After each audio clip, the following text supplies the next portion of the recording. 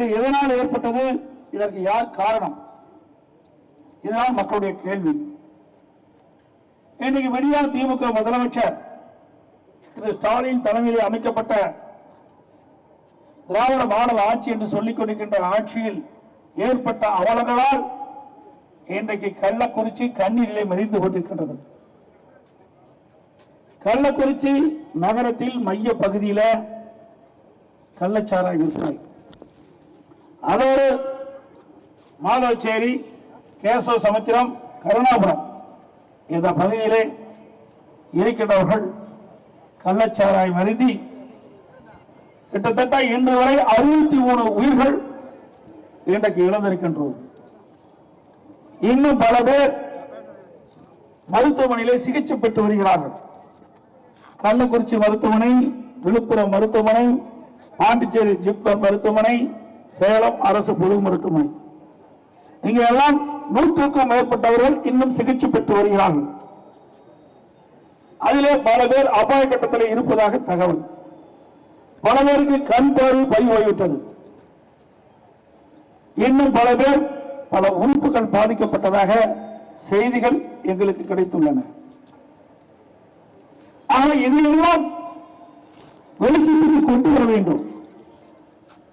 பிரதான எதிர்க்கட்சி என்ற முறையிலே அனைத்து இந்திய அண்ணா திராவிட முன்னேற்ற கழகம்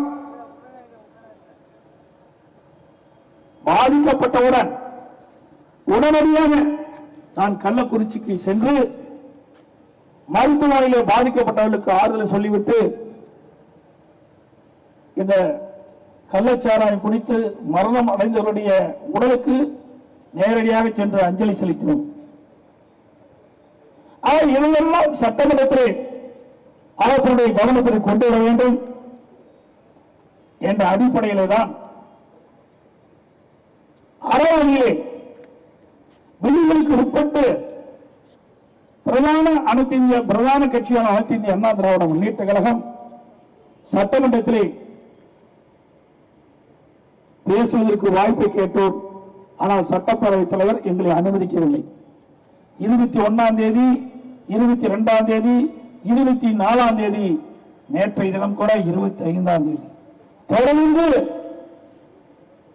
அனைத்து இந்திய அண்ணா திராவிட முன்னேற்ற கழகம் மக்களுடைய பிரச்சனையை சட்டமன்றத்திலே அவருடைய குரலை ஒலிக்க, மக்களுடைய குரலாக ஒலிக்க வேண்டும் என்று விதி 56 கீழ் நாங்கள் சட்டப்பேரவைத் தலைவருக்கு முறையாக